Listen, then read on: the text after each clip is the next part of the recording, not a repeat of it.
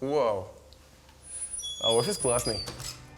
Всем цифровой привет, народ! Меня зовут Даниил Кайтуров, и это программа «Российские IT-лидеры». Сегодня мы в гостях у группы компаний Smart Engineers, одно из направлений деятельности которой являются цифровые решения в строительстве. Познакомимся сегодня с руководителем этой компании, поболтаем с сотрудниками, ну и, конечно же, узнаем что-нибудь новое. Вперед!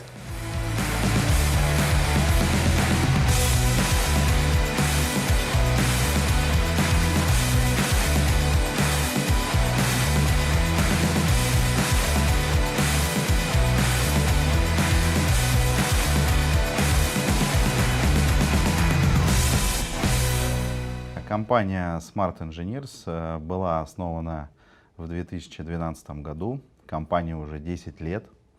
И все эти 10 лет мы занимаемся успешно услугами по управлению и контролю строительством. За эти 10 лет мы прошли достаточно большой и очень интересный путь. Проходили стадии и экспертной компании, и стадии инженерной компании. И вот теперь уже выросли в большую инжиниринговую компанию. Понятно, что каждая стадия роста, она определяет некоторые особенности структуры, да, но вот за 10 лет был выстроен достаточно большой бизнес, компания в топ-10 крупных российских компаний в этой области. И мы гордимся тем, что за 10 лет стали одним из ведущих игроков на рынке строительного инжиниринга в Российской Федерации. Ого! Как много наград! Я бы таким ребятам точно доверял. Грамоты просто так не выдают, только в школах. Ладно, отправляемся к Ольге. Она вроде как является директором по развитию цифровых решений в строительстве, и Алексей, как руководитель этой компании, сказал, что она мне расскажет про огромнейшее количество нюансов по производству их продукта. Ну что же, отправляемся в ее кабинет.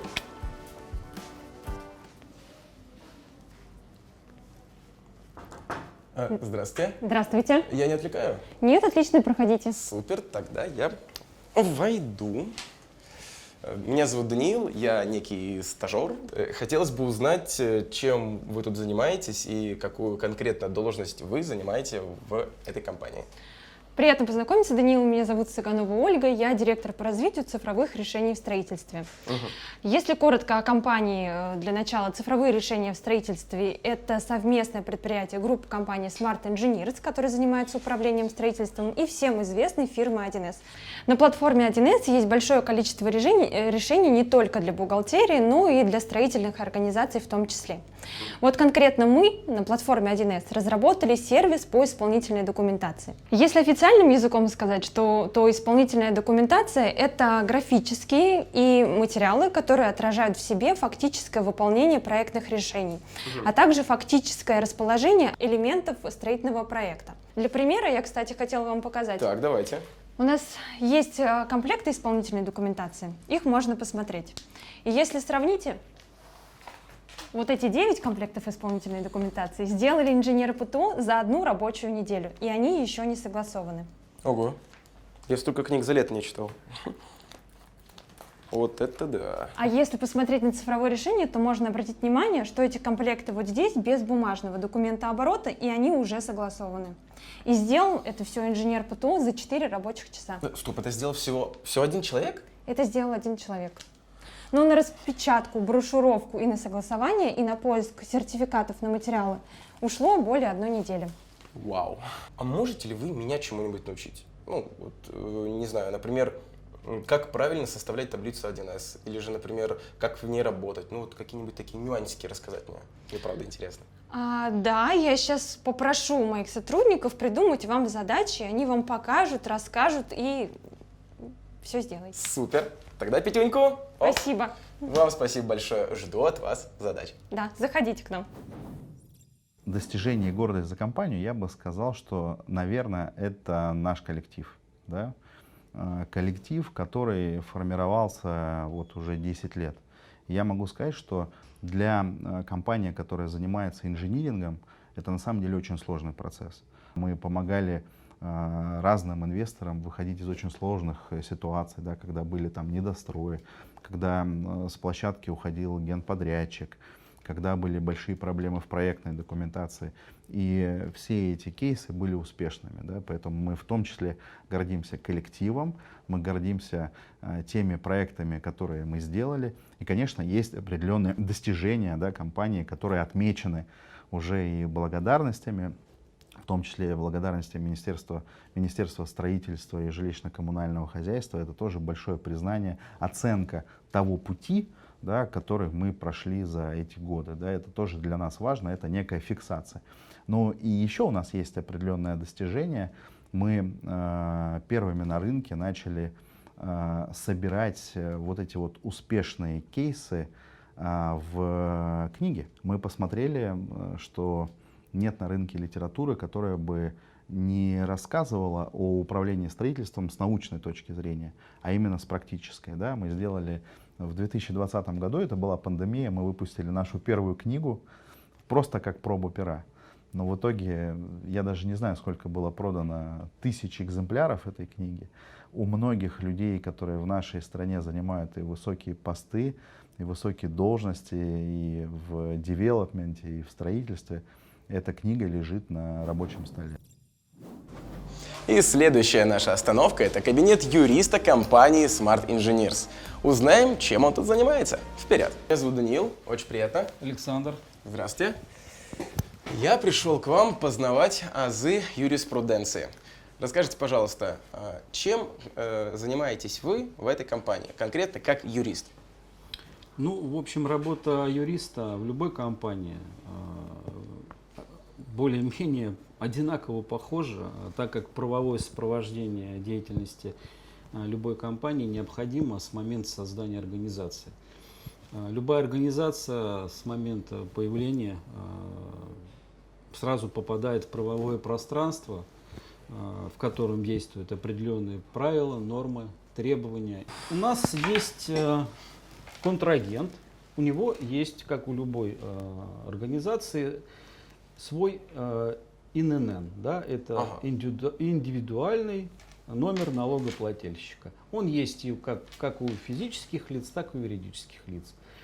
На данном сайте есть бесплатный ресурс, который позволяет по номеру ИНН налогоплательщика запросить выписку из единого государственного реестра.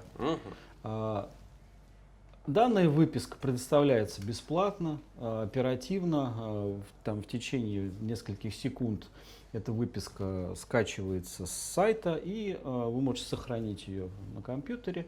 И в дальнейшем, соответственно, по данным из этой выписки принимать какие-либо решения в части актуальности сведений, которые официально данный налогоплательщик предоставляет в налоговый орган. Так, ну все тогда. 775-117-31-37. Опа! Результаты поиска. Общество с ограниченной ответственностью, цифровые решения в строительстве. Ну вот, Даниил, поздравляю, вы обратились по адресу. Это было очень интересно, спасибо вам большое. Ну что же, я познал азы юриспруденции, а сейчас давайте отправляться дальше. Продукт называется цифровой сервис по исполнительной документации DACON. Да, почему DACON? Это было название Digital Assistant in Construction. Да? Сокращенно получился DACON. Да? Цифровой ассистент в строительстве, собственно говоря. Да, и вот DACON, как бы, вот они первые названия. Основной пользователь продукта — это инженер ПТО.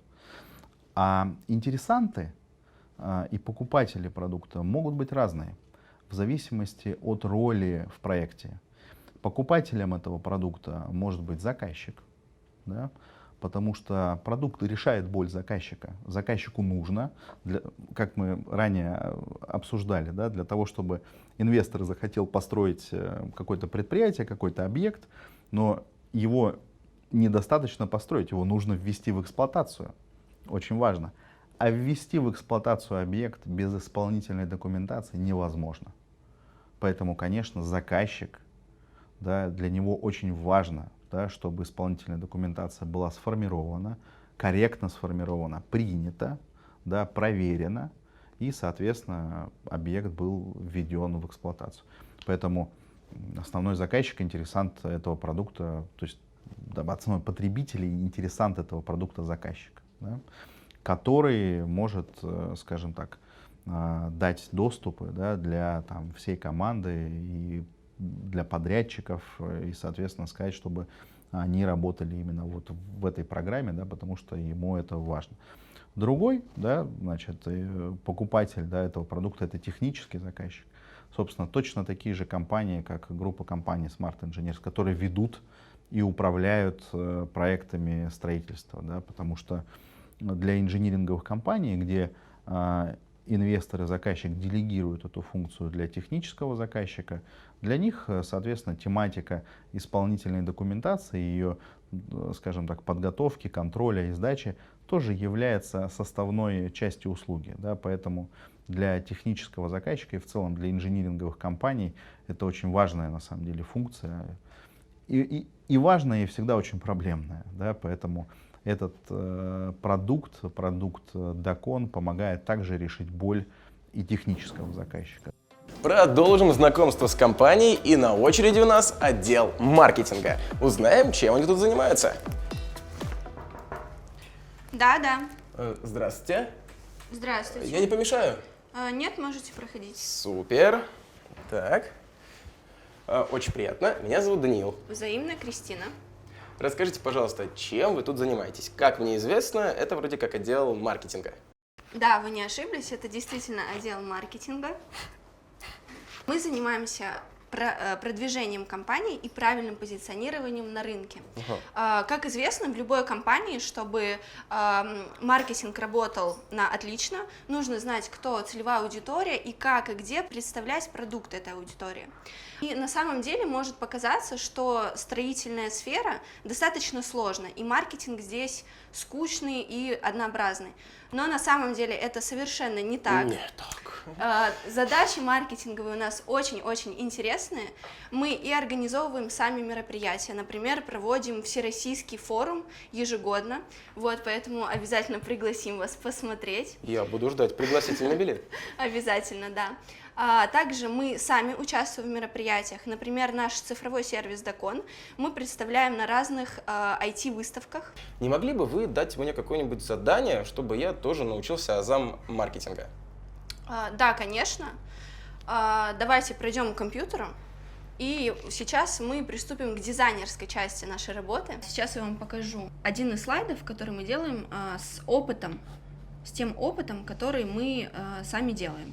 То есть вот реализованный проект, например. И очень важно правильно эту карточку представить вот в правильном виде. И сейчас вы должны будете сделать по этому примеру новую карточку с новым проектом, который мы как раз реализовали в мае. Вот здесь как раз не хватает фото и информации об объекте.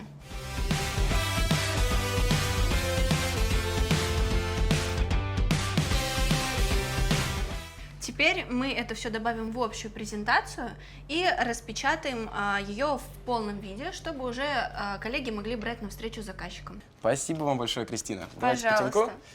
Пойду дальше исследовать вашу компанию. Удачи! Инжиниринговый бизнес и бизнес в сфере IT — это разные бизнесы. Да? Единственный мостик, который нас соединяет, то, что инжиниринговый бизнес — это бизнес у нас в стройке, да, то есть в строительстве, и продукт мы сделали для строительства. Все остальное работает по совершенно разным законам, канонам и принципам, начиная от команды. Это, конечно же, совершенно другие люди. Это и программисты, да, это и аналитики. Процесс продаж выстраивается совершенно по-другому. Да? И, конечно, ко всему этому приходится адаптироваться, для себя узнавать что-то новое. Конечно, это все по-другому. Да? Другие люди, да? Люди более, скажем так, более креативные, инновационные, более такие движушные, что ли, можно так сказать. Но при этом, да, очень хорошо, очень четко разбирающиеся именно в программировании, да, или, например, в настройке продукта, или в доработках продукта. Совершенно другие роли. Да.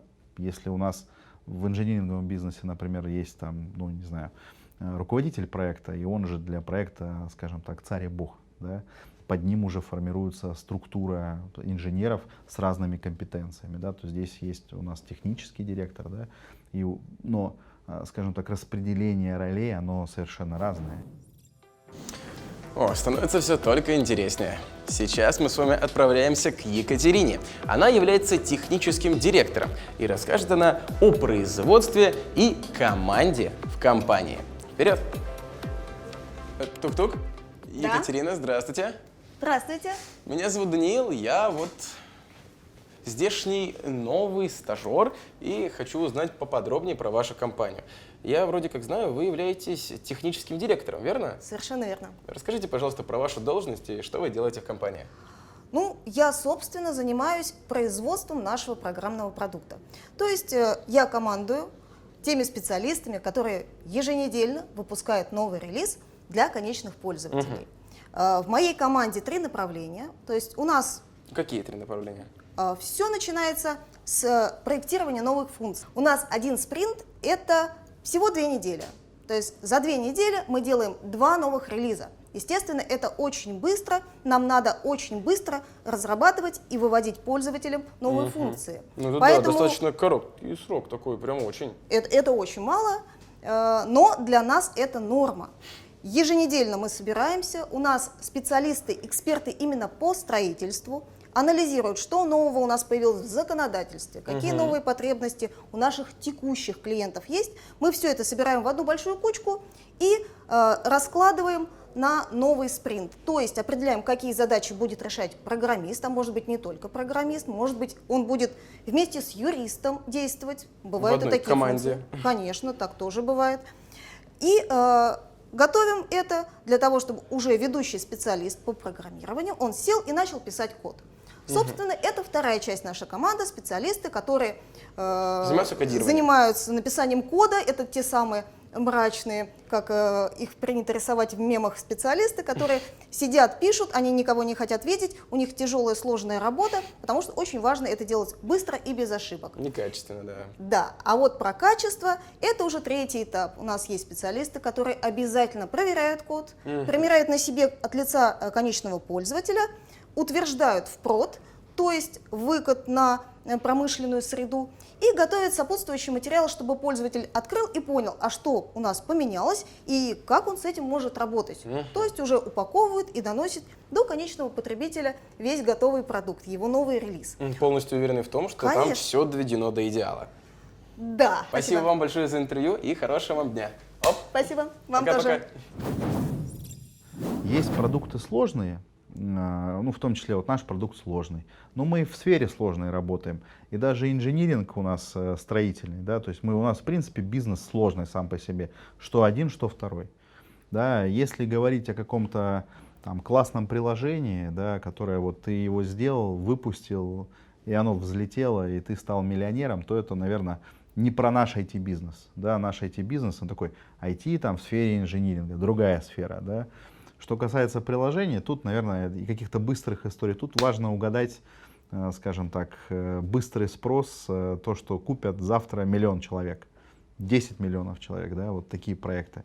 Если это проект, который решает вопросы именно какие-то отраслевого характера, да, то тут, конечно, нужно вот очень глубоко понимать, обладать экспертизой, понимать, купят ли не купят, да, ну и, конечно, несмотря на все свои амбиции, во-первых, набраться терпения, понимать, что, возможно, придется работать долгосрочно, да, то есть в долгую придется работать, терпеть, да, и заключать союзы, альянсы, то есть не замыкаться только на себе, да, сразу, мне кажется, искать партнеров, коллег на рынке, которые могут привнести в этот продукт что-то новое, хорошее, интересное.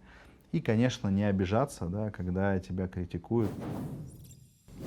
О, приветствую.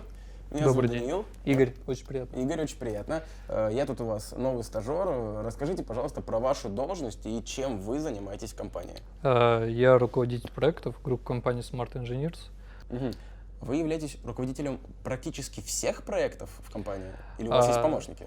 У нас также есть, ну, понятное дело, что есть помощники. В компании все проекты делятся между несколькими руководителями, скажем так. И я один из них. У каждого руководителя есть координаторы проекта, есть какие-то помощники, стажеры, например. Да, вот. Так, а чем конкретно в компании занимаетесь именно вы, вот на посту у руководителя? Основной моей задачей в компании является организация работ наших инженеров на объектах и также контроль за исполнением этих инженеров обязанностей. Вот. Плюс взаимодействие с заказчиком, проведение каких-то совещаний, возможно, принятие решений по тем или иным аспектам проекта. Вот. В целом так. А как нововведение в IT помогает вам на вашей должности? Ввиду того, что условно я один, а проектов много, и зачастую они не только у нас там в московском регионе находятся, а где-то разбросаны по всей России. Даже так? Да, например, это может быть, конкретно у меня это и Нижний Новгород, это Екатеринбург, Ростов-на-Дону, то нововведения помогают, именно IT-решения, которые есть на рынке, помогают именно контролировать работу своих инженеров на объектах именно удаленно. Игорь, спасибо большое. Пойду дальше знакомиться с вашими шикарнейшими сотрудниками, и вы профессионал своего дела. Спасибо большое. Я надеюсь, что вы найдете себя. Я считаю, что сейчас именно вот в эти ближайшие годы, да, российская IT-отрасль, она полностью преобразует вот эту такую застарелую, с хроническими проблемами строительную отрасль. Она же самая последняя у нас к цифровизации пришла, да? Она самая сложная. То есть, но тем не менее, именно сейчас в сфере строительства происходит очень важный такой смена поколений происходит, да? В стройку приходят совершенно другие люди, в стройку приходит молодежь, да? Это все сейчас происходит на фоне большого и огромного дефицита кадров. Ведущие российские технические вузы, они уже начинают на кафедрах учить, показывать ребятам цифровые решения от разных компаний, от разных вендоров. Но в целом, даже не важно, да, от кого, да, в целом меняют подход. Да. Говорят о том, что, например, проектирование, да, может вестись с помощью технологий информационного моделирования. Да, не на бумаге, да, там, не в 2D, там, в 3D, уже 4D, 5D, 6D, да, значит, разворачиваются. И есть российские программы, да, российские цифровые решения, которые приходят на смену иностранным. Компании, которые действительно в это проинвестировали, это на самом деле очень большой рывок. Да, то есть с помощью технологии информационного моделирования, куда в том числе входит в наш продукт. Да, это же широкая линейка. Вот именно как мы в начале нашего разговора сказали, что у нас в строительстве есть инвестиционно-строительный цикл, жизненный цикл стройки. Да?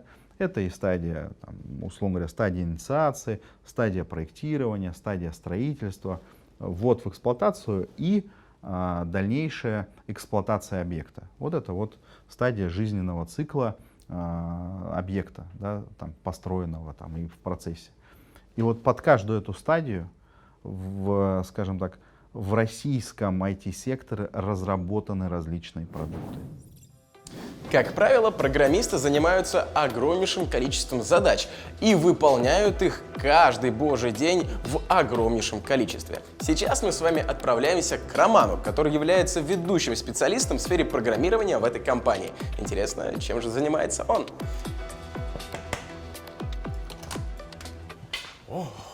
Мир программистов. Здрасте. Добрый день. Меня зовут Даниил, очень приятно. Роман. Приветствую. Я так понимаю, что вы тот самый программист, который работает в компании. Да, я в компании уже 1 год. За это время я помогаю разрабатывать продукт по строительству, занимаюсь тестированием продукта, написанием технических заданий.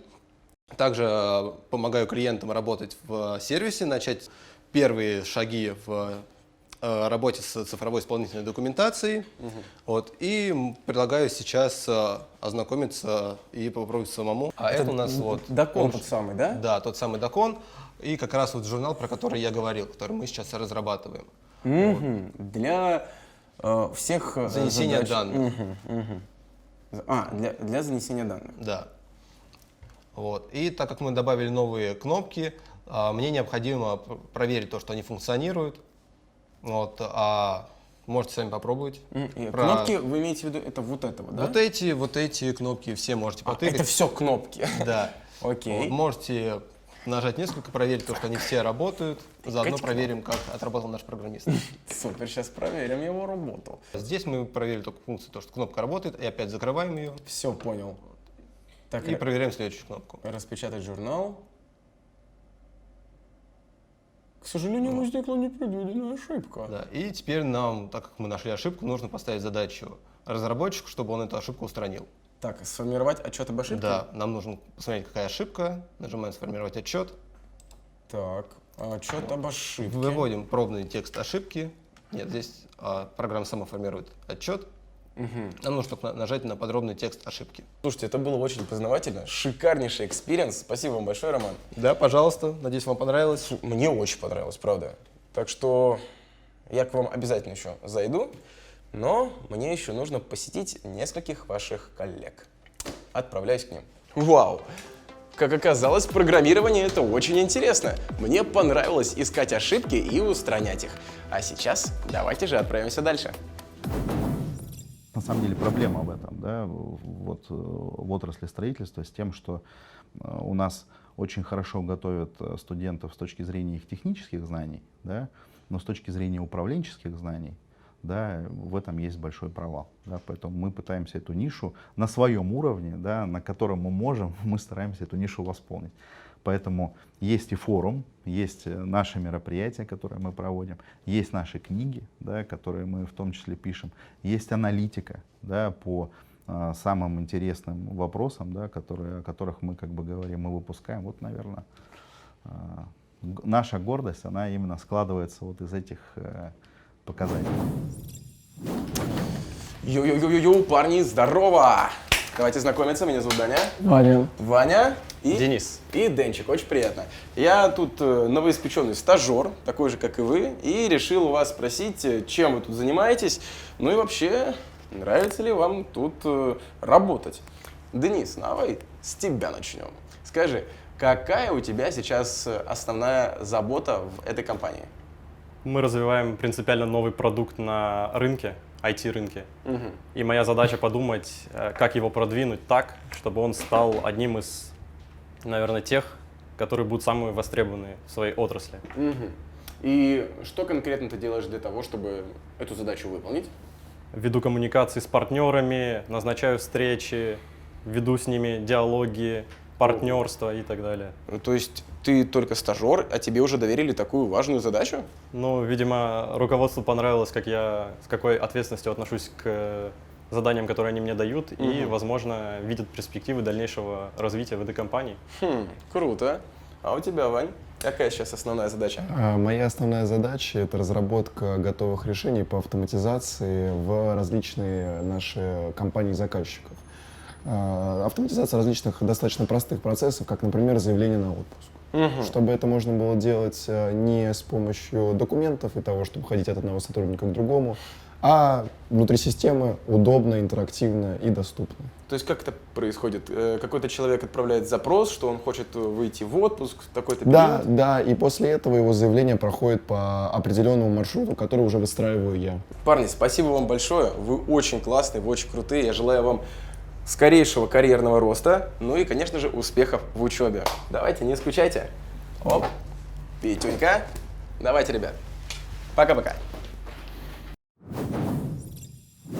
Период до взлета сейчас я оцениваю как один из самых интереснейших и лучших периодов в своей жизни.